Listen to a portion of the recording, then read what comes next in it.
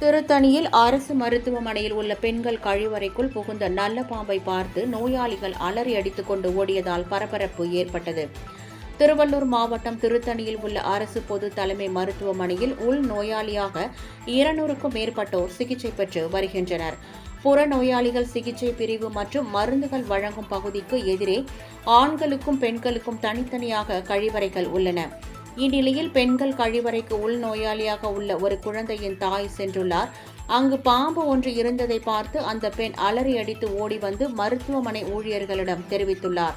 இதனால் மருத்துவமனையில் இருந்த மருத்துவர்கள், செவிலியர்கள், நோயாளிகள் மற்றும் அவர்களுடைய உறவினர்கள் பீதி அடைந்தனர்.